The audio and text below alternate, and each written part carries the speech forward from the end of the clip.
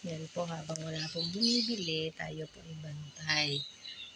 Ako po ay nakapagluto na, kaya po ako nagbabantay muna dito sa tindahan.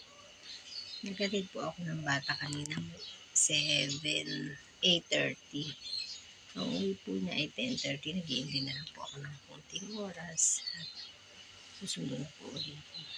Lakad lang po ako papunta sa school. Kasi malapit lang naman po, exercise na lang po. Siyempre, kailangan tayo ay naglalakad-lakad din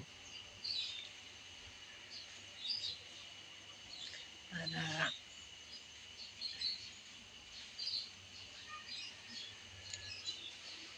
matunaw ang taba, di ba po?